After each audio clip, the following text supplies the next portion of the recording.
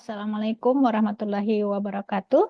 Saya Nisy Andriana, saya adalah dosen Magister Pendidikan Agama Islam, Fakultas Pascasarjana Universitas Ibnu Khaldun Bogor. Pada kesempatan kali ini, saya akan menjelaskan mata kuliah yang saya ampu. Nama mata kuliah ini adalah Manajemen Pendidikan Islam yang diperuntukkan bagi mahasiswa-mahasiswi program studi Magister Pendidikan Agama Islam. Mata kuliah ini merupakan mata kuliah dengan 3 SKS yang terdiri dari total 14 sesi dan memiliki ujian tengah semester dan ujian akhir semester. Mata kuliah ini akan membekali mahasiswa dengan pemahaman tentang manajemen pendidikan Islam meliputi 12 topik, yaitu manajemen pendidikan berkaitan dengan landasan dan prinsip, kedua tentang kepemimpinan, ketiga kurikulum, keempat peserta didik, kelima guru dan staf, keenam tentang sarana dan prasarana, ketujuh organisasi dan lembaga, kedelapan tentang pembiayaan, kesembilan tentang administrasi, kesepuluh tentang manajemen teknologi informasi, kesebelas tentang manajemen perpustakaan, yang terakhir adalah tentang manajemen layanan khusus pendidikan agama Islam. Capaian pembelajaran mata kuliah ini terdiri atas 3 aspek utama,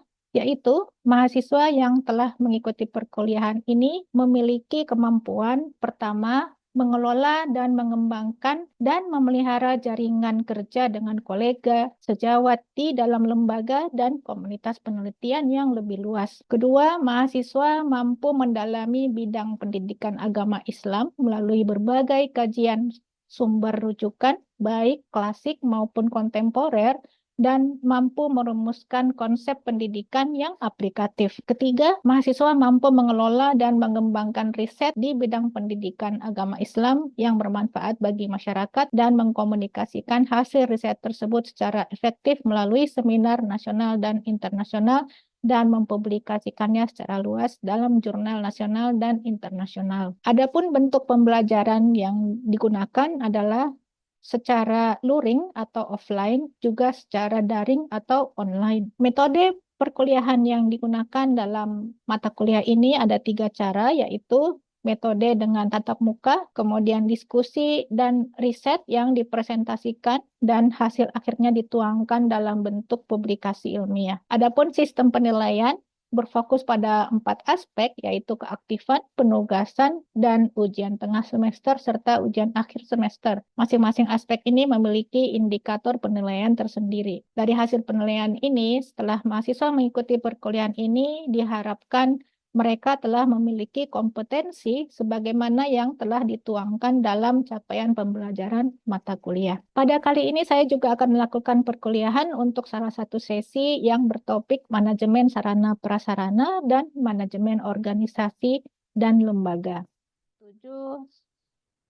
Dan insya Allah kita akan fokus ke pembahasan tentang sarana dan prasarana ya materinya. Pertemuan-pertemuan sebelumnya kita sudah selesai bahas ya materi-materi 5 dari 11 materi pokok manajemen pendidikan Islam, yaitu ada landasan dan prinsip, kepemimpinan, kurikulum, peserta didik, guru dan staf, sarana dan prasarana, organisasi dan lembaga hari ini. Kemudian ada biaya, administrasi, teknologi informasi, dan layanan khusus. Apakah nanti untuk manajemen pendidikan Islam itu hanya terbatas pada 11 topik ini? Belum tentu, teman-teman ya. Karena ilmu itu kan selalu berkembang ya, tergantung tuntutan dan kebutuhan pada saat masanya masing-masing. Jadi mungkin saja nanti antum bisa kembangkan ada tambahan lagi. Bahkan mungkin ada bagian-bagian dari sini yang bisa antum leburkan atau mungkin saja dianggap tidak perlu lagi misalnya. Misalnya layanan khusus ini menjadi sesuatu yang sudah tidak bisa ditawar lagi. Misalnya kantin. Kantin itu harus ada misalnya. Jadi dia sudah tidak termasuk ke dalam klasifikasi ini. Itu ya, intinya fleksibel. Tapi secara umum inilah yang pada periode ini kita akan fokuskan. Lanjut, sub CPMK atau capaian pembelajaran mata kuliah pertemuan ke-7 kali ini ada 3 ya. Yang pertama adalah agar mahasiswa antum sekalian setelah mempelajari materi-materi ini agar mampu memperkirakan bagaimana memanage sarana dan prasarana dalam pendidikan Islam. dengan tujuan nanti agar dengan manajemen sarana dan prasarana itu dapat membantu tercapainya tujuan sekolah, yaitu outcome lulusan yang dibutuhkan oleh pasar. Kemudian yang kedua adalah manajemen organisasi dan lembaga pendidikan Islam dalam konteks perluasan kerjasama. Tujuannya untuk pengembangan lembaga. Yang ketiga terkait tugas ya, yaitu mahasiswa mampu mempresentasikan publikasi ilmiah terkait manajemen, khususnya terkait sarana dan prasarana, serta organisasi dan lembaga pendidikan Islam. Oke, kita lanjut. Kita masuk ke CPMK yang pertama, manajemen sarana dan prasarana pendidikan Islam. Ini ada pengertian secara umum, sarana dan prasarana. Kata kuncinya adalah secara langsung. Sarana adalah semua yang diperlukan secara langsung. Jadi proses belajar mengajar itu nggak bisa kalau nggak ada itu. Itulah yang disebut sarana. Sedangkan prasarana kata kuncinya adalah tidak langsung. Contoh misalnya sarana di sini ya, tempat belajar, alat tulis. Misalnya prasarana itu adalah kebun dan kolam renang. Loh kok ini ada kosong-kosong? Kosong-kosong itu karena apa yang menjadi sarana dan apa yang menjadi prasarana itu bisa sangat berbeda pada setiap lembaga pendidikan tertentu. Ya, contoh misalnya di sekolah alam boleh jadi mereka itu menganggap kebun itu sebagai sarana, ya kan? Nggak bisa lagi ditaruh di sini, dia harus pindah ke sini gitu. Ada juga mungkin yang misalnya itu adalah sekolah memasak misalnya. Mungkin saja alat tulis itu tidak menjadi hal yang secara langsung signifikan berpengaruh terhadap tujuan-tujuan lembaga pendidikan masak-memasak itu gitu. Atau lembaga pendidikan apa yang sekarang sedang booming itu jadi tukang bikin kopi. Ada yang tahu kah istilahnya apa itu? Mau jadi apa? Ah, Bartender, Bu. Bartender bartender kalau ya. nggak salah. Iya, betul. Nah, yang kayak gitu-gitu tentunya sarananya adalah alat-alat untuk bikin kopi, alat-alat untuk memasak kalau sekolah memasak. Nah, ini ada foto di se-Indonesia mungkin tidak dianggap sarana dan tidak dianggap pula prasarana tas tertentu untuk anak sekolah, ya. Tapi di Jepang, ini foto anak SD Jepang, mereka tuh menganggap termasuk sarana adalah tas yang seperti ini. Ini namanya randoseru. Sebenarnya ini dulu adalah bentuk tasnya tentara zaman dulu ya. Ternyata tas ini tuh bentuk seperti ini itu bermanfaat untuk menjaga pertumbuhan tulang belakang menjadi tegak supaya tidak jadi skoliosis atau semacamnya. Kemudian ada fungsi lainnya. Ada teman-teman kira-kira tahu nggak? Ini tasnya ini keras ya, nggak lembek. Kira-kira apa fungsinya? Ada yang bisa Biar tebak? Ah, jatuh jatuh tidak fatal. iya, Masya Allah. Betul ya, Pak Fadil. Kalau anak ini jatuh, maka tas ini akan mengamankan otak di belakang ini. Kemudian di sini juga itu banyak sekali tempat-tempat untuk menggantungkan sesuatu ya. Kayak biasanya mereka menggantung satu set untuk seragam koki karena mereka akan menjadi petugas yang menyediakan makan siang buat teman-temannya. Kemudian biasa juga ada alarm di sini. Jadi kalau dalam keadaan bahaya mereka akan menarik namanya buzzer. Yang kalau ditarik langsung bunyi kayak alarm keras banget gitu. Dan ini tuh lumayan mahal ya. Biasanya mereka itu membeli di saat anak masuk kelas 1 SD dan dipakai sampai kelas 6. Jika mereka tidak ingin beli baru karena mahal, akan tersedia banyak juga yang second ya. Karena banyak juga yang sudah selesai sekolah, mereka menjual kembali tasnya dan itu memang sangat awet ya tas ini. Jadi ini tuh berkaitan dengan misalnya visi sekolah, menciptakan manusia yang sehat misalnya. Nah, itu mereka sampai memikirkan kalau mau sehat apa nih sarana yang harus ada? Otak itu kan penting banget kan. Kesehatan otak dulu ini gimana caranya yang paling utama kita jaga gitu. Secara realnya manajemen kita untuk menciptakan yang terjaga dari kecelakaan seperti apa realnya. Lanjut, ini sangat penting ya membuat matriks sinkronisasi. Maksudnya apa? Agar dipastikan bahwa setiap sarana dan prasarana yang ditentukan itu betul-betul bersinkron dengan visi, misi, dan tujuan dan 17 target ini. Kenapa? Karena seringkali terjadi visi, misi, dan tujuan itu hanya sekedar basa-basi. Bahkan banyak juga yang sudah berapa tahun di sekolah jadi guru atau apa, mereka nggak tahu apa visi misi sekolah. Ya nggak ada nggak yang kayak gitu, teman-teman yang sudah berkecimpung di dunia pendidikan. Siapa yang di sekolah sekarang? Nah, ini sebenarnya sarana dan prasarana sudah ada ya di dalam undang-undang dan itu sangat detail. Untuk sekolah biasa, teman-teman bisa akses di ini, Permendiknas 24 tahun 2007 ya. Tak bisa lihat di sini seperti ini. Kemudian ini tuh sekolah biasa, reguler. Kemudian ada di Permendiknas nomor 33 tahun 2008 tentang sekolah luar biasa. Ini tuh sudah detail sekali teman-teman kalau kita baca. Seperti ditentukan bahwa fungsi ruang kelas adalah tempat kegiatan pembelajaran teori praktek. Kemudian kapasitas maksimum ruang kelas 28 peserta didik. Rasio minimum luas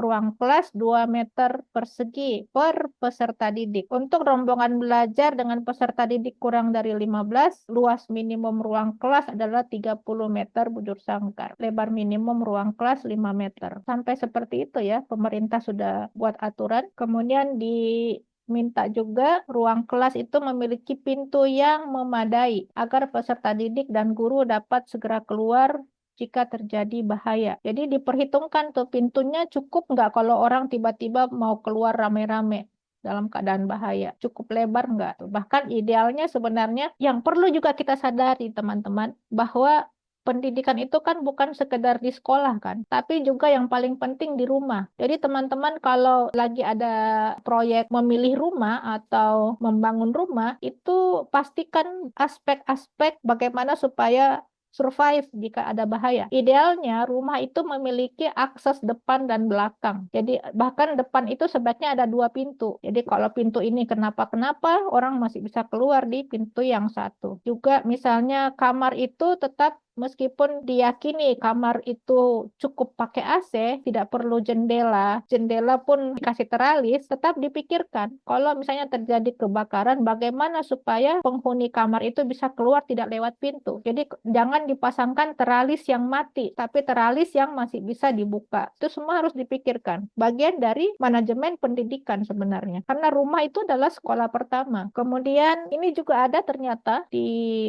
dalam undang-undang kita, aturan kursi peserta didik itu mudah dipindahkan oleh peserta didik. Jadi ketika kita mau membuat sekolah, kita harus perhitungkan benar-benar seperti ini. Kita harus cobakan ke anak-anak itu, apakah dia bisa benar-benar bisa mampu memindahkan kursi itu. Saya ingat dulu di sekolah itu, kursi kami itu gede banget, bersatu dengan mejanya, dan untuk berdua. Saya nggak tahu sekarang masih ada nggak kursi seperti itu. Yang hampir nggak mungkin diangkat sendiri. Kemudian ini juga ada ukuran disesuaikan dengan kelompok usia peserta didik ya. Bahkan ini ada juga ternyata bagaimana untuk pembentukan postur tubuh yang baik kursi itu ya. Minimum dibedakan untuk kelas 1 sampai 3 dan kelas 4 sampai 6. Pernah nggak lihat ada sekolah yang membedakan kursinya itu beda antara kelas 1 sampai 3 dan 4 6. Nah, intinya antum mulai perhatikan ya kalau ke sekolah. Ini termasuk manajemen sarana dan prasarana juga. Kemudian itu kita pindah ya. Kita lihat kalau yang RPS undang-undang untuk luar biasa itu akan beda lagi sarana prasarananya.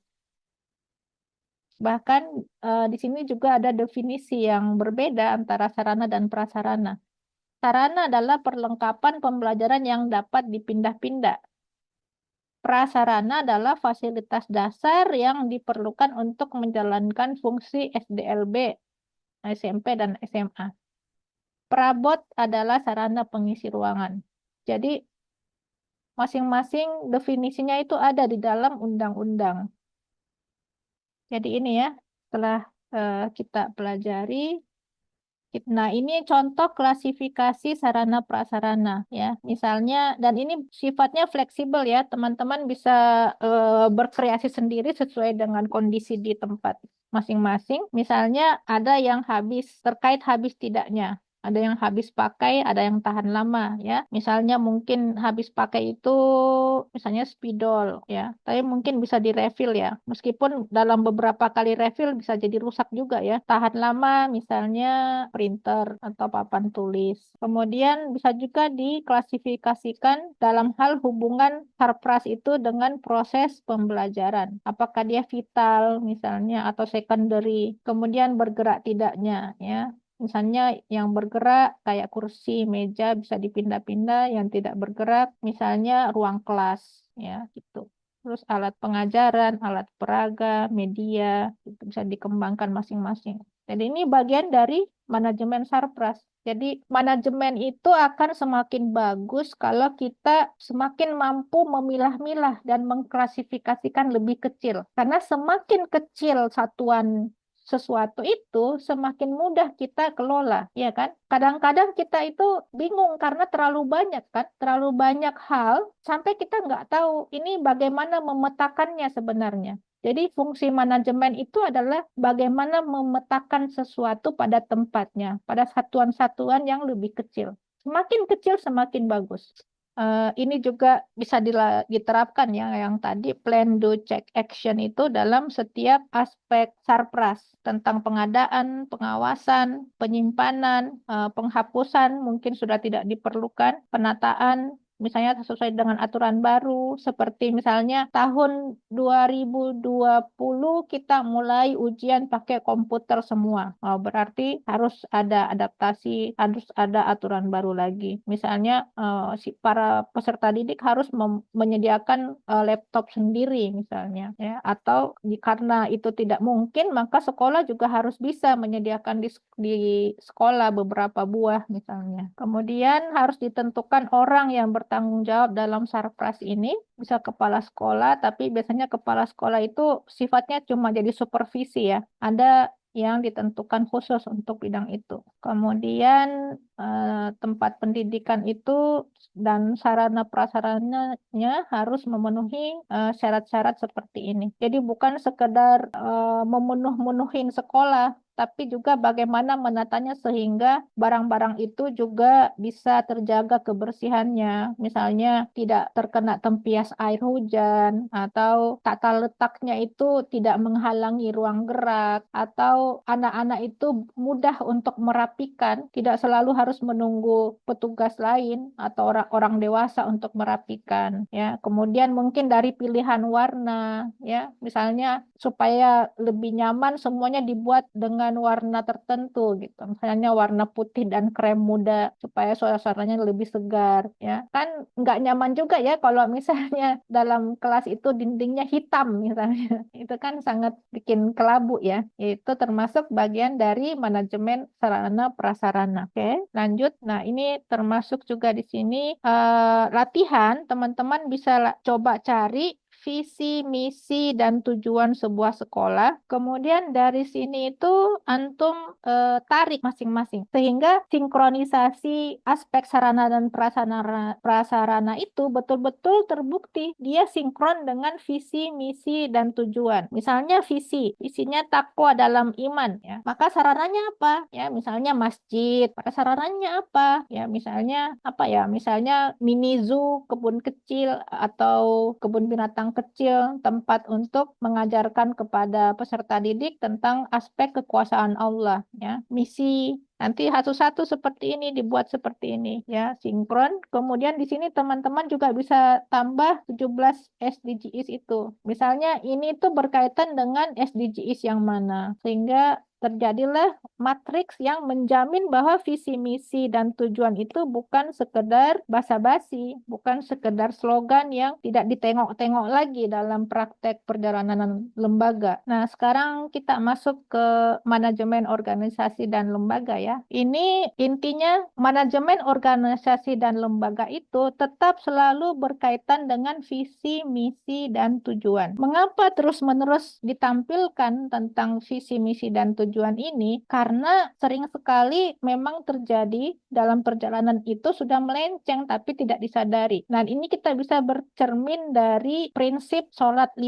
kali dalam sehari dalam Islam dan pembacaan Al-Fatihah di setiap rakaatnya. Sebenarnya kan Al-Fatihah itu bisa dianggap sebagai visi misi dan tujuan kan ya Pak Nesa. Nah, makanya supaya manusia itu tidak melenceng itu dibuatlah aturan syariat di mana mau nggak mau Muslim itu akan mengulang-ulang visi misi tujuan itu dalam sehari berapa kali. Makanya juga kita dalam melaksanakan sesuatu proyek pendidikan itu harus berulang-ulang juga kita mengingatkan kembali visi misi tujuan kita apa. Kalau perlu itu ditempel di mana-mana supaya kita nggak lupa. Orang kita untuk mengingat Allah aja kita disuruh 5 kali sehari, mau mengucapkan iya karena budu wa iya karena stain belasan kali dalam sehari. Itu kan perjanjian kita, visi misi dan tujuan kita. Dan ini kita lihat ya. Jadi dalam memanage organisasi dan lembaga itu dimulai dengan para petinggi ya terkait dengan leadershipnya. Nah, para petinggi ini harus mau terus-menerus mengupgrade dirinya untuk menjadi sosok pemimpin yang sebenarnya ya. Jadi ada beberapa karakter yang sangat mendasar yang harus dimiliki seorang pemimpin. Bukan persoalan pemimpin itu bisa kerja keras atau tidak, karena ada juga orang yang kerja keras tapi dia tidak bisa memimpin kan.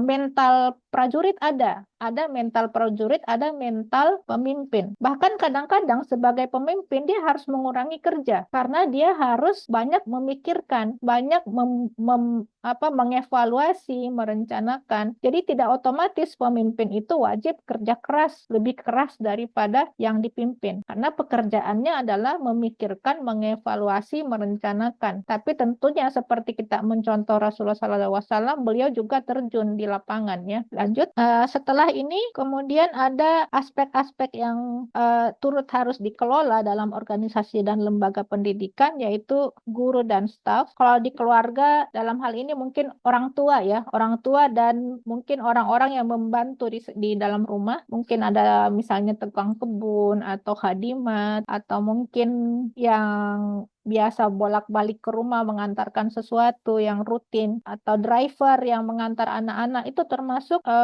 orang-orang yang harus dikelola oleh pemimpin. Kemudian peserta didik kalau di rumah ya anak-anak ya. Kemudian kurikulum, proses pembelajaran, kembali lagi sarpras dan pendidikan. Jadi setiap satuan organisasi itu harus memperhatikan hubungan organisasi itu dengan aspek-aspek ini. Contoh organisasi di dalam sekolah misalnya OSIS ya atau apa komite orang tua misalnya. Kemudian kita melihat organisasi-organisasi ini bagaimana hubungan antara masing-masing unsur ini dengan unsur-unsur di luarnya. Misalnya masyarakat umum, orang tua atau wali, user atau pengguna, lembaga pendidikan lain, atau pemerintah dan swasta. Kemudian dilihat dari semuanya ini, apa bidang-bidang yang bisa dikerjasamakan. Misalnya sekolah dengan pemerintah swasta. Mungkin bisa bekerja sama untuk terkait dengan tenaga kerja. Bisa juga misalnya dengan hukum ya, lembaga bantuan hukum misalnya. Lembaga pendidikan lain, misalnya bisa dengan bimbel ya, kerjasama dengan bimbel. Atau misalnya guru dan staf ini bekerja sama dengan lembaga coaching ya, lembaga swasta itu ya kalau coaching. Bagaimana meningkatkan pola pikir mereka sehingga bisa lebih bagus performanya sebagai guru dan staf itu ya. Jadi semakin terlihat hubungan-hubungan satu sama lain ketika kita memanage organisasi dan lembaga ini. Dan ini semuanya harus disesuaikan dengan isu-isu kekinian, tuntutannya, kebutuhan, dan harapan. Misalnya zaman sekitar 15 tahun yang lalu mungkin masih tidak terlalu menjadi masalah kecanduan peserta didik dengan devices misalnya. Tapi sekarang itu sudah menjadi tuntutan. Bagaimana pendidikan itu bisa menjawab masalah kecanduan terhadap devices ini misalnya. Mungkin dilihat kerjasamanya dengan yang mana. Misalnya supaya anak-anak itu tidak terlalu banyak waktu kosongnya, dibuatlah kerjasama dengan lembaga pendidikan lain atau kerjasama dengan orang tua atau wali. Bikin kegiatan apa secara berkala sehingga mereka lebih banyak diarahkan untuk aktif aktif dan memiliki kegiatan sehingga tidak terlalu banyak waktu luang sehingga kecanduan dengan devices ya seperti itu. Oke, lanjut. Kemudian kembali lagi ini aspek-aspek manajemen itu kita berlakukan terhadap yang tadi ini. Ini saya dipotret menjadi kecil seperti ini, dan semua proses ini kita lakukan dengan aspek-aspek manajemen ini. Dan itu bisa dicek di dalam pembentukan masyarakat baru di Madinah. Contoh studi ya. Karena ini adalah contoh real sudah berhasilnya sebuah pendidikan. Bagaimana pendidikan di masa awal Islam itu sudah berhasil sampai mengubah wajah dunia ya dengan di masa keemasan Islam yang luar biasa, penemuan-penemuannya segala macam, peradabannya ya, kembali lagi ke kita bisa lihat buktinya di buku-buku barat sendiri yang sudah menulis tentang itu, antum bisa lihat. Nah, bagaimana kita mengembalikan keberhasilan pendidikan itu nanti dengan manajemen-manajemen yang kita diskusikan. Makanya ini saya sangat menyarankan teman-teman untuk meneliti aspek-aspek manajemen dalam pembentukan masyarakat baru di Madinah, gitu ya, termasuk kerjasama-kerjasamanya. Bagaimana Rasulullah SAW mengelompokkan grup-grup di dalam Madinah itu dan bagaimana memanage supaya grup-grup ini bisa menjadi kerjasama, terbangun kerjasama satu sama lain. Apa yang harus diatur, gitu. Termasuk misalnya ketika Sarpras membangun masjid pertama kali itu, apa yang diperlukan, apa yang bisa dimanfaatkan dari sumber daya alam yang ada saat itu. Dan siapa saja yang bisa dimanfaatkan, diposisikan seperti siapa tukang azannya, siapa yang membersihkan, dan segala macam. Itu semuanya masuk ke dalam contoh nyata manajemen ya. Oke, lanjut. Kita masuk ke yang ketiga ya. Kita sudah 45 menit. Ini terkait dengan presentasi publikasi ilmiah yang kita sudah diskusikan sebenarnya dalam kontrak belajar di pertemuan pertama. Teman-teman bisa melakukan proses clipping ya, clipping dari 15 jurnal. Yang 15 jurnal ini usahakan yang sudah terakreditasi nasional dan 7 tahun terakhir. Mengapa 7 tahun terakhir? Ya karena sebenarnya resminya kan 10 tahun ya, boleh dipakai. Cuma supaya teman-teman bisa gunakan dalam lebih lama, maka 7 tahun. Kalau mau lebih aman lagi, 5 tahun aja. Itu lebih bagus lagi sebenarnya, lebih up to date ya. Di clipping, kemudian buat daftar temuan dan novelty dari jurnal tersebut. Dan ini nanti dipakai untuk membuat jurnal dan submisi ke jurnal terakreditasi nasional, dan itu menjadi UAS kita. Topik-topik yang sudah ditentukan itu akan dipresentasikan ya untuk jadi bekal publikasi ilmiah, dan ini adalah elemen-elemen yang akan menjadi penilaian ketika teman-teman presentasi. Baik teman-teman, kita sudah sampai pada akhir sesi pertemuan ke-7 kita kali ini. Semoga teman-teman semua sudah cukup memahami materi perkuliahan kita ini. Jika masih ada yang ingin didiskusikan, silakan menyampaikan di ruang diskusi LMS mata kuliah. Dan kembali diingatkan, tugas mata kuliah ini yaitu melakukan riset atas jurnal-jurnal relevan terdahulu, kemudian mempresentasikan hasil riset tersebut, juga melakukan studi lapangan ataupun kepustakaan untuk bahan jurnal sebagai bentuk ujian akhir semester. Silakan hubungi Ibu ya, jika dalam pengerjaan tugasnya ada kendala atau hal-hal yang teman-teman belum pahami, bisa lewat diskusi di ruang diskusi yang disediakan di LMS ataupun secara langsung via pesan di medsos Ibu.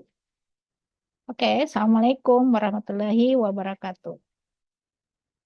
Baik, demikianlah cuplikan perkuliahan di salah satu pertemuan dari mata kuliah Manajemen Pendidikan Islam di program studi Magister Pendidikan Agama Islam yang saya ampu. Semoga cuplikan video tadi bermanfaat bagi teman-teman yang sudah menyaksikan video ini. Terima kasih atas perhatiannya. Wassalamualaikum warahmatullahi wabarakatuh.